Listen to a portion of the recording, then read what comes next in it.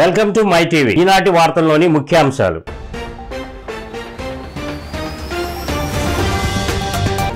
కుప్పంలో చంద్రబాబు రెండో రోజు పర్యటన. యువత భవిష్యత్తును వైసీపీ ప్రభుత్వం నాశనం చేస్తుందని ఆగ్రహం. కవితకు రిమాండ్ విధించిన కోర్టు. బెయిల్ పిటిషన్ తిరస్కరించిన రౌస్ అవెన్యూ కోర్టు.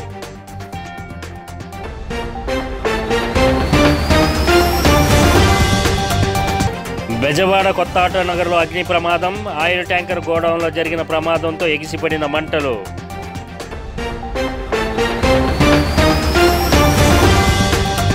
వివరాల్లోకి వెళితే టీడీపీ అధినేత చంద్రబాబు సొంత నియోజకవర్గం కుప్పంలో రెండో రోజు పర్యటన కొనసాగిస్తున్నారు.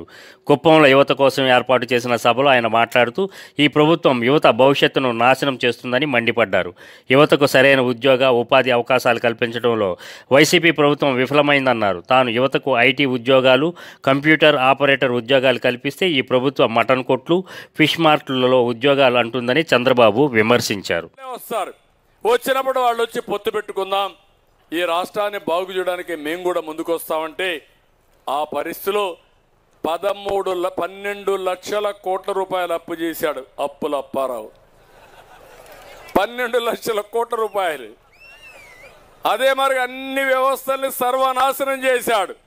ఇప్పుడు నేను ముఖ్యమంత్రి అయినా లేకుంటే ఎన్డీఏ అధికారంలోకి వచ్చినా కేంద్ర సహకారం లేకపోతే ఇక్కడ పనులు అవ్వడం కూడా కష్టం. అమరావతి సర్వనాశనం అయిపోయింది, పోలవరం విధ్వంసమైంది, పెట్టుబడులు పరారైపోయినాయి, యువత భవిష్యత్ అంధకారమైంది, రైతుల ఆత్మహత్యలు పెరిగిపోయినాయి, ఆడబిడ్డలపైన అత్యాచారాలు పెరిగిపోయినాయి. ఈ సమయంలో ఈ రాష్ట్రాన్ని కాపాడుకోవడానికి అందరం కలవాలనే ఉద్దేశంతోనే ఈరోజు ఎన్డీఏ అంతా మీ దగ్గరికి వస్తున్నాం. యువత ఇంటింటికి వెళ్ళి మీరు చెప్పాల్సిన బాధ్యత మీ మీద ఉంది. అందులో కూడా ఎవరెన్ని సీట్లు పోటీ చేస్తారో ఆలోచించలేదు. ఢిల్లీ లిక్కర్ పాలసీ కేసులో బీఆర్ఎస్ ఎమ్మెల్సీ కల్వకుంట్ల కవితకు భారీ షాక్ తగిలింది. కవిత దాఖలు చేసిన బెయిల్ పిటిషన్ను రౌస్ అవెన్యూ కోర్టు తిరస్కరించింది. ఈనాటి విచారణ సందర్భంగా ఆమె పిటిషన్పై తీర్పును కాసేపు రిజర్వ్లో ఉంచిన కోర్టు ఆ తర్వాత తీర్పును వెలువరించింది. ఆమెకు 14 రోజుల పాటు జ్యుడిషియల్ రిమాండ్ విధించింది. ఏప్రిల్ 9వ తేదీ వరకు రిమాండ్ విధిస్తూ తీర్పును వెలువరించింది. ఆమెను తీహార్ జైలుకు తరలించాలని పోలీసులను ఆదేశించారు. మరోవైపు కవిత మధ్యంతర బెయిల్ పిటిషన్పై ఏప్రిల్ 1న పూర్తి విచారణ జరుపుతామని కోర్టు తెలిపింది. తమ కుమారుడికి పరీక్షలు ఉన్నాయని తనకు మధ్యంతర బెయిల్ మంజూరు చేయాలని కోర్టును కవిత కోరారు. అయితే ఆమె విన్నపాన్ని కోర్టు పరిగణనలోకి తీసుకోలేదు. ఇంకోవైపు కవితను మరో 15 రోజుల పాటు తమ కస్టడీకి ఇవ్వాలని ఈడీ కోరినప్పటికీ ఆమెకు కోర్టు రిమాండ్ విధించడం గమనార్హం.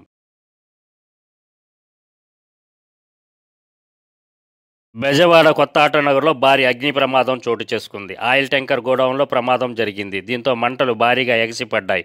దట్టమైన పొగ అలుముకోవడంతో స్థానికులు భయభ్రాంతులకు గురయ్యారు.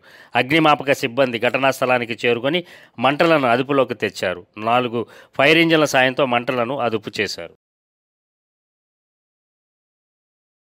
రానున్న ఎన్నికలలో తెదేపా, జనసేన, భాజపా కూటమిగా బరిలోకి దిగుతున్న నేపథ్యంలో 3 పార్టీలు సత్తా చాటేందుకు ఒక వేదికను పంచుకొని తమ గళాన్ని వినిపిస్తున్నాయి.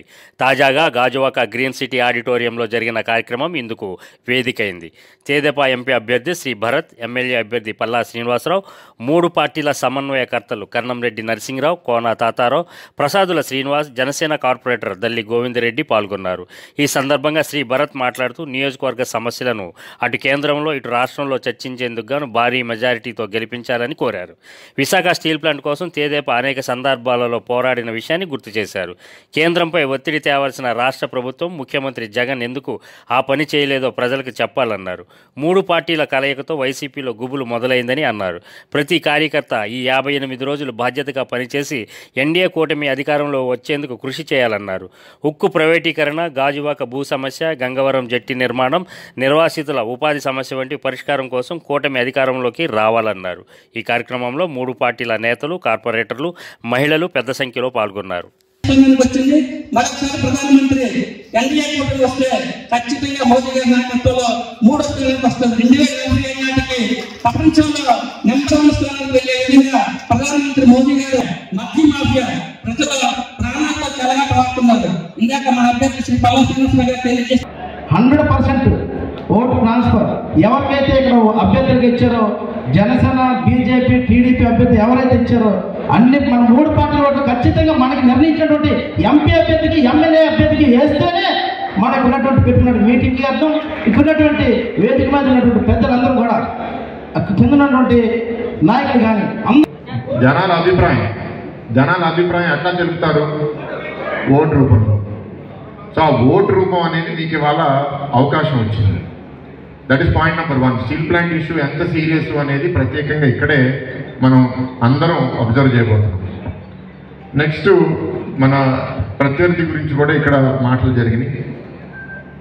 ఇప్పుడు మంత్రిగా ఉన్నారు, అనకాపల్లి నుంచి ఇక్కడికి వచ్చారు. ఆయన మాటలు కూడా నేను అప్పుడప్పుడు చూస్తూ ఉంటాను. రేపు మనం అధికారంకి వస్తే ఖచ్చితంగా ఆ ప్రాంతంలో మన ప్రాంతంలో ఉన్నటువంటి ప్రతి సమస్య పరిష్కారం చేయగలిగినటువంటి అవకాశం సత్తా నాకు ఉందని చెప్పేసి ఈ సందర్భంగా తెలియజేస్తున్నాను. అయితే ఈరోజు మన పట్ల ప్రజలందరూ కూడా మన వైపు చూస్తున్నారు. ముఖ్యంగా కూటమి వైపు, ఈ 3 పార్టీల యొక్క కూటమి వైపు చూస్తున్నారు. కానీ మనం గెలిచేస్తామన్న ధీమా మాత్రం ఏ కోసాన్ని కూడా పెట్టుకోవద్దు సోదరులారా. 13 గ్రామాల ఆరాధ్య దైవం నడుపూరు గ్రామ దేవత శ్రీ పైడితల్లి అమ్మవారి ప్రధాన పండుగ మహోత్సవం వైభవంగా నిర్వహించారు. భక్తులు చుట్టుపక్కల ప్రాంతాల నుంచి అశేష సంఖ్యలో తరలివచ్చి అమ్మవారికి పసుపు కుంకుమలు సమర్పించి మొక్కులు చెల్లించుకున్నారు. స్థానిక నాయకులు ఇంద్ర రమణాజీ, సుజాత దంపతుల ఆర్థిక సహాయంతో భక్తులకు తీపి బూందీ, మజ్జిగ ప్యాకెట్లను పంపిణీ చేశారు. ఈ సందర్భంగా రమణాజీ మాట్లాడుతూ అమ్మవారి పండుగ సందర్భంగా భక్తులకు తమ వంతు సేవ చేయటం ఆనందంగా ఉందని అన్నారు. కార్యక్రమంలో కోరాడ గ్రామ కమిటీ అధ్యక్షులు జి అప్పలరెడ్డి, కార్యదర్శి సేరపు వెంకటరమణ, వారి మిత్ర బృందం, నడుపూరు ఆలయ కమిటీ అధ్యక్షులు అచ్చెన్నాయుడు, పెదకోరాడ గ్రామ కమిటీ సభ్యులు పాల్గొన్నారు. భక్తులు వారి యొక్క కోరికలు తీర్చినటువంటి మహాశక్తి యొక్క కోరికలు తీర్చడానికి భక్తులందరూ కూడా 10,000 మంది ఉంటారు. వాళ్ళందరూ వస్తున్నారు. అలాగే పెదనడుపూరు గ్రామ కమిటీ, పెదకోరాడ గ్రామ కమిటీ ఇరువురు కూడా ఇక్కడ ప్రతి సంవత్సరం దగ్గర 10 సంవత్సరాల నుండి బూందీ, పులిహార, మజ్జిగ పంపిణీ జరుగుతుంది. దీనికి అన్ని విధాల సహాయ సహకారాలు పెదకోట గ్రామ పెద్దలు, పెదనడుపూరు గ్రామం పడితల్లమ్మవారి అనుపు మహోత్సవం కార్యక్రమంలో భాగంగా పెదకోరాడ గ్రామ గుడి కుంకం తల్లి, పైడం తల్లి ప్రాంగణంలో శ్రీ పొలిపిల్లమ్మ తల్లి వారి అమ్మవారు అని కూడా ఈ కార్యక్రమంలో జరుగుతుంది. దీనికి గత 10 సంవత్సరాల నుంచి కూడా మినిమం 10,000 భక్తులతోటి ప్రతి సంవత్సరం కూడా పండుగ చాలా మహా అలంకారంగా జరుగుతుంది. ఈ కార్యక్రమానికి వచ్చిన భక్తులకి, అలాగే ఈ కార్యక్రమంలో భాగంగా శ్రీ ఇందల రమణాజీ గారు 50 కేజీలు బూందీ ప్రతి సంవత్సరం ఆయన సమర్పిస్తున్నారు. అలాగే కే ధనరాజ్ స్టీల్ ప్లాంట్ ఆయన కూడా 60 కేజీలు. వస్తున్నటువంటి 10,000 మంది భక్తులకి ఏదైతే పులిహోర కానీ, తర్వాత మజ్జిగ కానీ, బూందీ కానీ అనేక రకాల ప్రసాదాలు వస్తున్నటువంటి భక్తులకి కైంకర్యం చేయడం జరుగుతుంది. ఇందులో భాగంగా మా గ్రామానికి చెందినటువంటి పిలక కృష్ణమ్మ గారు 50 లీటర్లు పెరిగివ్వడం జరిగింది. అలాగే ఇందుల రమణాజీ గారు నడుపూరు గ్రామస్తులు, ఆయన 50 కేజీలు తీపి ఇవ్వడం జరిగింది. అలాగే ధనరాజు గారు అని చెప్పి ఆయన కూడా 60 కేజీలు పులిహోర ఇచ్చారు. ఈ యొక్క వచ్చినటువంటి భక్తులందరికీ కూడా ఇటు నడుపూరు కమిటీ కానీ, ఇటు పెదకోరాడ గ్రామ కమిటీ ఆధ్వర్యంలో 10,000 మంది భక్తులకి ఈ యొక్క అమ్మవారి తాలూకా ప్రసాదాన్ని కైంకర్యం చేయడం జరుగుతుంది. అలాగే పశ్చిమ గోదావరి జిల్లా భీమవరం ఎస్ఆర్కేఆర్ ఇంజనీరింగ్ కళాశాల 44వ వార్షికోత్సవ కార్యక్రమంలో ముఖ్య అతిథిగా మిజోరాం రాష్ట్ర గవర్నర్ డాక్టర్ కంబంపాటి హరిబాబు పాల్గొన్నారు. కళాశాల అధ్యక్షులు సాగి ప్రసాదరాజు అధ్యక్షత వహించిన కార్యక్రమంలో గవర్నర్ మాట్లాడుతూ భారతదేశం ప్రపంచానికి ధీటుగా ఎంతో అభివృద్ధి సాధించిందని, సమాచార విప్లవం కూడా దేశంలో వచ్చిందని పేర్కొన్నారు. ఇదే సందర్భంలో భవిష్యత్తులో కూడా ఇతర దేశాలపై ఆధారపడకుండా చదువుతో పాటు ఏదో ఒక దాంట్లో నైపుణ్యం సంపాదించి విద్యార్థులు బయటికి రావాలని సూచన చేశారు. డిఆర్డిఏ వంటి సంస్థల్లో జరుగుతున్న పరిశోధనలు కూడా విద్యార్థులు పరిశీలించి వాటి నుంచి తాము కూడా భవిష్యత్తులో ఆ రంగంలో నైపుణ్యం సాధించే విధంగా కృషి చేయాలని ఆయన కోరారు.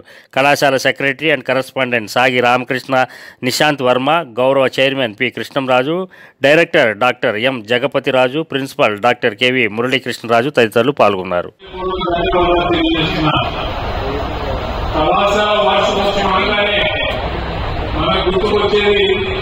మన కళాశాలకు ప్రతి సంవత్సరం జరిగే పండుగ.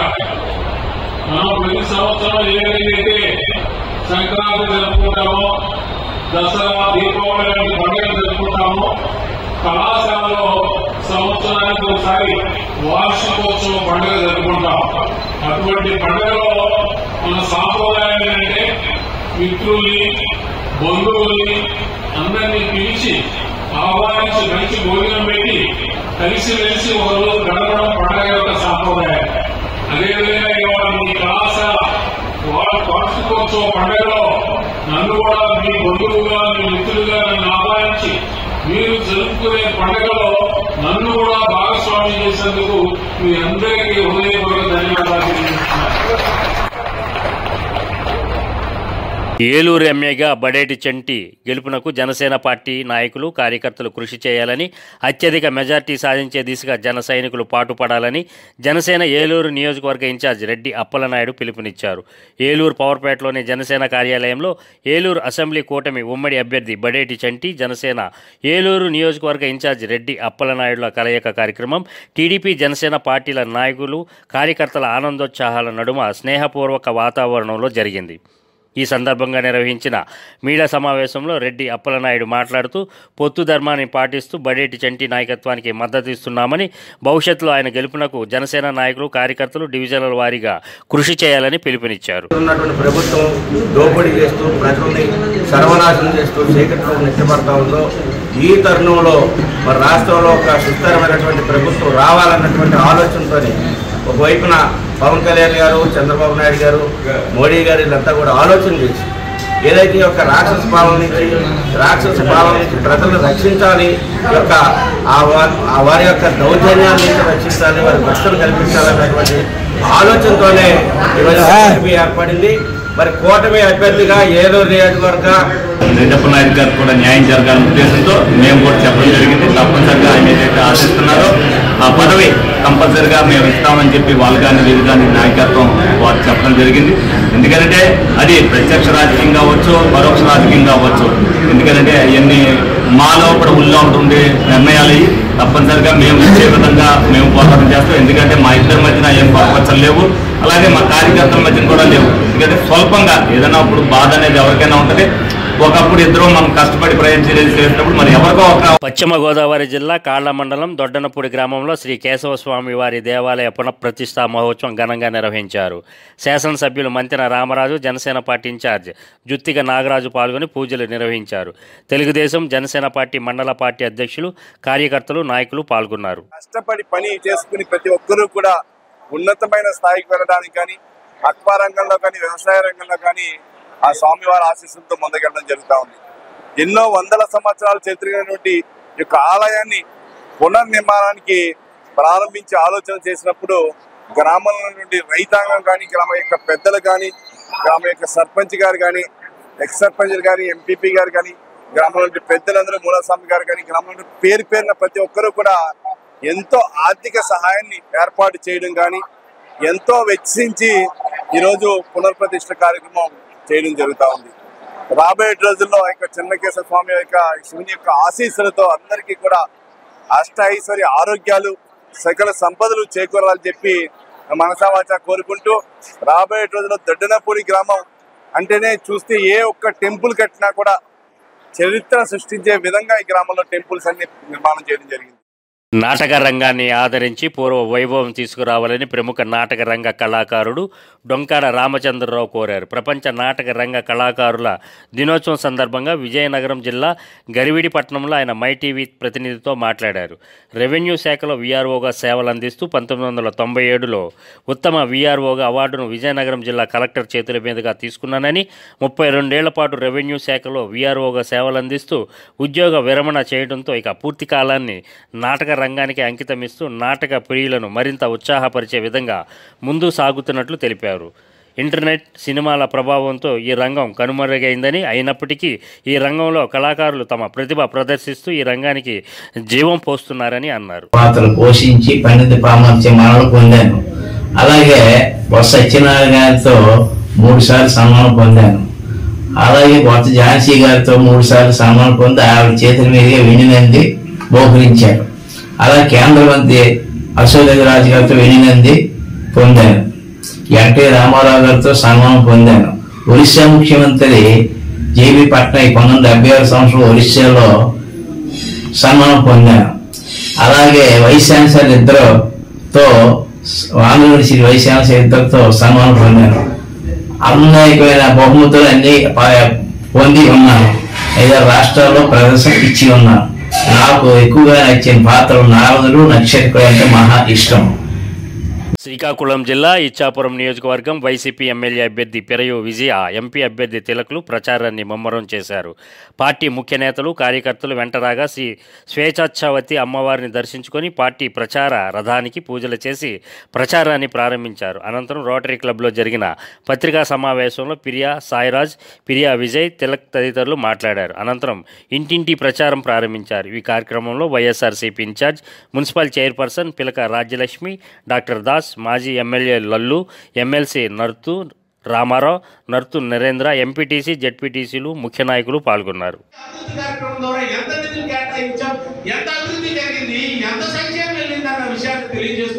అందులో భాగంగా ఇచ్చాపురం నియోజకవర్గంలో గడిచినటువంటి 5 సంవత్సరాల్లో ఎప్పుడూ కనీ విని ఎరగని రీతిలో ఇచ్చాపురం నియోజకవర్గ చరిత్రలోనే లేని విధంగా 2600 కోట్ల రూపాయలు, అక్షరాల 2600 కోట్ల రూపాయల్ని ఇవాళ ఇచ్చాపురం నియోజకవర్గాన్ని సంక్షేమ రూపంలో, అభివృద్ధి రూపంలో తీసుకొచ్చి మేము అందరికీ కూడా ఇవ్వడం జరిగింది. దీన్ని మేము నోటి మాటలతో చెప్పేది కాదు. దీని అక్షరాల ఎక్కడికి ఏ సంక్షేమం కింద, ఏ అభివృద్ధి కార్యక్రమం కింద, ఏ గ్రామానికి ఎంత ఉందన్న విషయాన్ని కూడా మేము పాంప్లెట్ రూపంలో రూపొందించి ప్రజలకు మేము తెలియజేస్తున్నాం.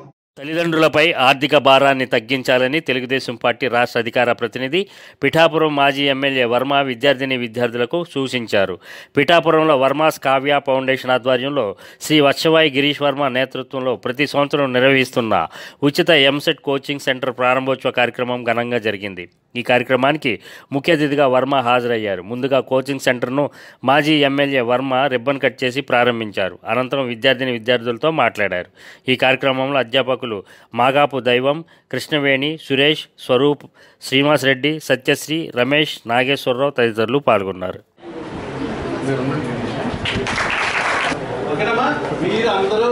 వాళ్ళ యొక్క కోరికలు వదులుకొని ఏదైనా సపోజ్ మీ అమ్మగారు వచ్చారు కొనుక్కోను, ఇప్పుడు బాగా నాకు ఖాళీ ఉంటే నెలకు 15 రోజులకు నేను చూస్తున్నాను. చేతంటే చదువు మీద కాన్సన్ట్రేషన్ చేయడం. మన ఇంట్లో పరిస్థితులు అదేం నేను విమర్శించట్లేదు. ప్రతి ఒక్కరి ఇంట్లోనే పరిస్థితులు ఉంటాయి. కోటేశ్వరుడి ఇంట్లోనే ఇబ్బందులు ఉంటాయి, లేని వాళ్ళ ఇంట్లోనే ఇబ్బందులు ఉంటాయి. కానీ మనల్ని చదివించడానికి వాళ్ళు ఎంత కష్టపడుతున్నారో మనం ఆలోచన చేసుకుంటే మన మైండ్ సెట్ చదవాలన్న ఒక ఆలోచనకి ఫిక్స్ అవుతుంది. మన ఏదైనా ఇస్తున్నారులే పరిస్థితులు తెలుసుకోకుండా డబ్బు అడగడం కూడా తెలుసుకోవాలి. మీకు నిజంగా పేరెంట్స్ ఇబ్బందులు డైరెక్ట్ మీకు ఎందుకు చెప్పరు, అది మానసికంగా మీకు చదువు మీద ఒత్తిడి పడుతుంది అని చెప్పరు. సాధ్యమైనంత వరకు వాళ్ళు అప్పు చేసో కష్టపడో మిమ్మల్ని తీసుకెళ్ళడానికి ప్రయత్నం చేస్తారు. రాష్ట్రంలో చేసిన అభివృద్ధి సంక్షేమ పథకాలే రెండోసారి వైఎస్ జగన్మోహన్ రెడ్డిని ముఖ్యమంత్రి చేస్తాయని, వైఎస్ఆర్సీపీ అభ్యర్థులను గెలిపిస్తాయని పిఠాపురం వైఎస్ఆర్సీపీ అభ్యర్థి వంగ గీతా విశ్వనాథ్ అన్నారు. కాకినాడ జిల్లా పిఠాపురం నియోజకవర్గం జగ్గయ్య చెరువులో ఎన్నికల ప్రచారం 3 వార్డులలో నిర్వహించారు. జగన్మోహన్ రెడ్డిపై ఉన్న నమ్మకం, వంగ గీతా విశ్వనాథ్పై ఉన్న నమ్మకం మళ్లీ వైఎస్ఆర్సీపీకి అధికారం ఇచ్చేందుకు ప్రజలు సిద్ధంగా ఉన్నారన్నారు. ఈ కార్యక్రమంలో Pithapuram MLA Pendem Dorababu, municipal chairperson Gandepalli Suryavati, Bobby, YSRCP రాష్ట్ర అధికార ప్రతినిధి మల్లిక, మెంబర్లు బండి శారద, కావిడి పోసయ్య తదితరులు పాల్గొన్నారు. ద్వారా ప్రజల సమస్యలు, ప్రజలకి కావాల్సిన విషయాలు అన్ని కూడా ఎప్పటికప్పుడు అంచనా వేసుకున్నాం. అందుకే మేము ధీమాగా ఉన్నాం. మా క్యాండిడేట్స్ ని జగన్మోహన్ రెడ్డి గారు ముందుగా ప్రకటించారు. మా ఎన్నికల ప్రణాళిక సిద్ధం చేయడం జరిగింది. ఎవరు ఎక్కడ ఎలా ప్రచారం చేసుకోవాలనేది మేము చేసుకుంటాం. వాళ్ళంతా మాది ప్రజలకి దగ్గరికి వెళ్లే ప్రచారం, వాళ్ళది మా మీద చేసే ప్రతిపక్షాలన్నీ మా మీద చేసే దుష్ప్రచారం తప్ప అసలు ఏమీ కనబట్టలేదు అవతల నుంచి. అట్లాగే ఈ మధ్యకాలంలో నేను ఒక 4 రోజుల నుంచి చూస్తూ ఉన్నాను. అంటే ఓటర్స్ జాయిన్ చేసుకునే హక్కు ఎవరికైనా ఉంది, బట్ బయట నుంచి కూడా ఓట్లు తెచ్చి జాయిన్ చేసుకోవాలనే మరి ప్రయత్నాలు కూడా జరుగుతున్నట్టుగా తెలుస్తూ ఉంది. నిన్ననే నేను ఎంఆర్ఓ గారు ఒక స్టేట్మెంట్ ఇచ్చారు. బయట వ్యక్తులు విచ్చలవిడిగా వచ్చి జాయిన్ చేసుకుంటే మాత్రం అధికారులందరూ కింది స్థాయి అధికారుల మీద యాక్షన్ తీసుకోవడం జరుగుతుందని చెప్పి. అంటే దీన్ని బట్టి అర్థమవుతుంది ఏంటంటే ఎక్కడి నుంచో వచ్చి ప్రచారం చేసేయటం, ఎక్కడి నుంచో వచ్చి ఓట్లు జాయిన్ చేసేసుకోవడం, ఎక్కడి నుంచో చేయడం, మా ప్రభుత్వ పక్షం మీద మా మీద దుష్ప్రచారం చేయటం. వాళ్ళు దుష్ప్రచారం మానుకుంటే చాలా మంచిదని నేను సూచన చేస్తా ఉన్నాను. కాబట్టి మా ప్రచారం పాజిటివ్గా జరుగుతుంది, మా ప్రచారం నెగ్గడానికి జరుగుతుంది, మా ప్రచారం ప్రజల సేవ చేయడానికి జరుగుతుంది. కాకినాడ శివాలయం వీధిలో ఉన్న అర్చకులపై కాకినాడ మాజీ కార్పొరేటర్ వైసీపీ నాయకుడు దాడికి పాల్పడడం దుర్మార్గమని, వైసీపీ ప్రభుత్వంలో బ్రాహ్మణులకు రక్షణ లేకుండా పోయిందని పిఠాపురం బ్రాహ్మణ సేవా పరిషత్ అధ్యక్షుడు యనమండ్ర సూర్యనారాయణ ఆవేదన చెందారు. కాకినాడ శివాలయంలో అర్చకులపై దాడికి పాల్పడిన వ్యక్తిని కఠినంగా శిక్షించాలని డిమాండ్ చేస్తూ పిఠాపురంలో పాదగయ క్షేత్రం కుక్కుటేశ్వర స్వామి ఆలయం వద్ద బ్రాహ్మణ సేవా పరిషత్ ఉమా కుక్కుటేశ్వర పురోహిత సంఘం ఆధ్వర్యంలో ధర్నా చేశారు. దోషిని శిక్షించాలంటూ నినాదాలు చేశారు. ఈ సందర్భంగా మాట్లాడుతూ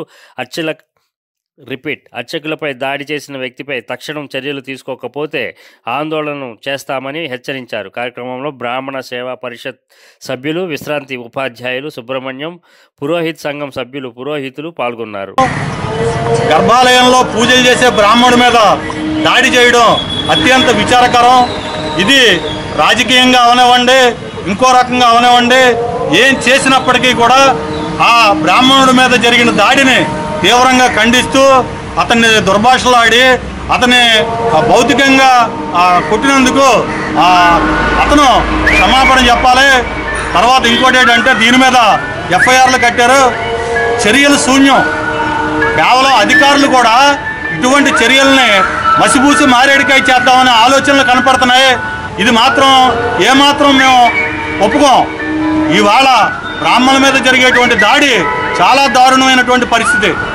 ఒక గుళ్ళో పనిచేసేటువంటి అర్చకుడిని కొట్టడం అంటే ఎంత దిగజారుడు స్థానమో కనపడుతుంది.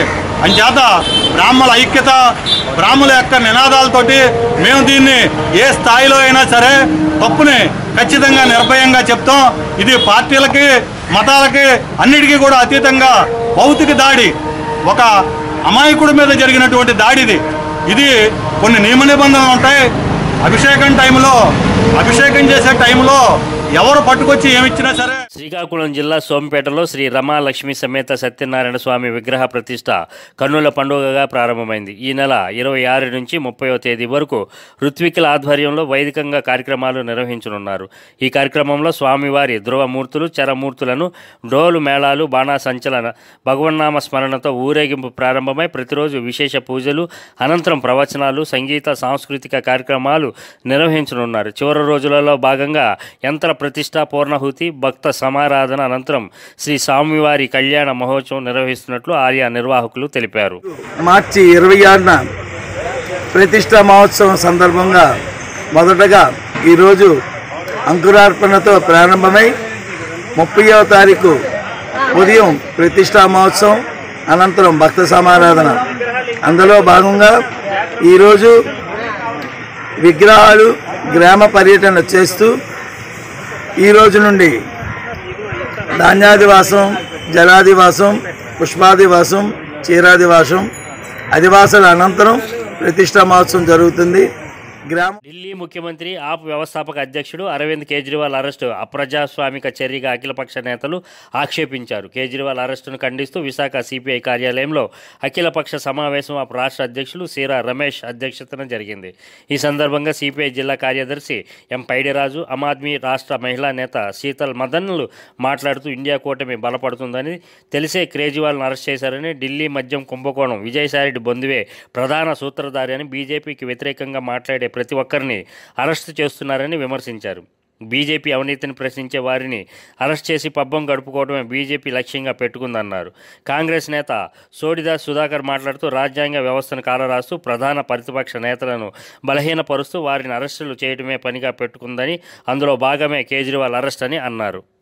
ఆయన వెంటనే విడిచిపెట్టాలి అని చెప్పి మేము డిమాండ్ చేస్తున్నాం. అదే రకంగా మనం 31వ తారీఖు ఒక పెద్ద ఎత్తున దేశం మొత్తంగా నడిచిన ఒక ప్రొటెస్ట్ మనం ఇక్కడ కూడా చేయబోతున్నాము. దానికి పర్మిషన్స్ తీసుకుంటాము. ఇక్కడ నిరసన తెలపడం ఉంటుంది. అందులో భాగంగా మన అలయన్స్ పార్టీస్, మన ఇండియా అలయన్స్ పార్టీలు, భారత బచావు అందరూ కలిపి మేము చేయబోతున్నాం. ఈరోజు దేశ ప్రజలంతా కూడా గమనిస్తున్నారు. అరవింద్ కేజ్రీవాల్ గారిని 21వ తారీఖు రాత్రి అక్కడ ఢిల్లీలో ఒక టెర్రరిస్ట్ని అరెస్ట్ చేస్తే ఎలా చేస్తున్నాము? బీజేపీ మోడీ గారు ఎందుకు భయపడుతున్నారు? ఇండియా కూటమి దేశవ్యాప్తంగా బలపడుతుందని భయపడుతున్నారా? మీరు ఏవైతే ప్రామిసులు చేశారో, ఏ ప్రామిసులు చేసి మీరు అధికారంలోకి వచ్చారో వాటిని మీరు నెరవేర్చలేదని అడుగుతున్న నాయకుల్ని మీరు అరెస్టులు చేసుకుంటూ ముందుకెళ్తే ఈ ఉద్యమం ఆగుతుంది అనుకుంటున్నారా? ఈరోజు మీరు ప్రతిపక్షంలో ఉన్న ఇద్దరు ముఖ్యమంత్రులు మీరు అరెస్ట్ చేశారు రీసెంట్గా ఎలక్షన్ల ముందు. ఇలాంటి పద్ధతి ద్వారా, ఇలాంటి ధోరణి ద్వారా మీరు దేశ ప్రజలకు పంపిస్తున్న సందేశం ఏంటి? దేశ ప్రజలు ఇవన్నీ అబ్జర్వ్ చేస్తున్నారు. రాబోయే 2024 ఎన్నికల్లో ఖచ్చితంగా మీరు చేస్తున్న ప్రజాస్వామిక విధానాలను ప్రశ్నిస్తారు. మీ ఎన్డీఏ కూటమిని ఓడించి ఇండియా కూటమిలో ఉన్న ఆమ్ ఆద్మీ పార్టీ, కాంగ్రెస్, సిపిఐ, సిపిఎంలతో కూడిన ప్రభుత్వాన్ని ప్రజలు అధికారంలోకి తీసుకొస్తారని మీకు మీడియా ద్వారా తెలియజేస్తున్నారు. ముఖ్యాంశాలు మరోసారి.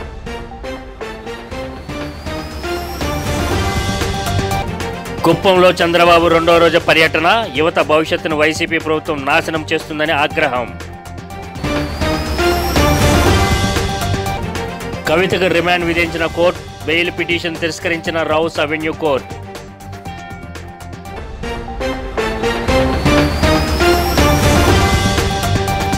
బెజవాడ కొత్త ఆటో నగర్లో అగ్ని ప్రమాదం. ఆయిల్ ట్యాంకర్ గోడౌన్లో జరిగిన ప్రమాదంతో ఎగిసిపడిన మంటలు.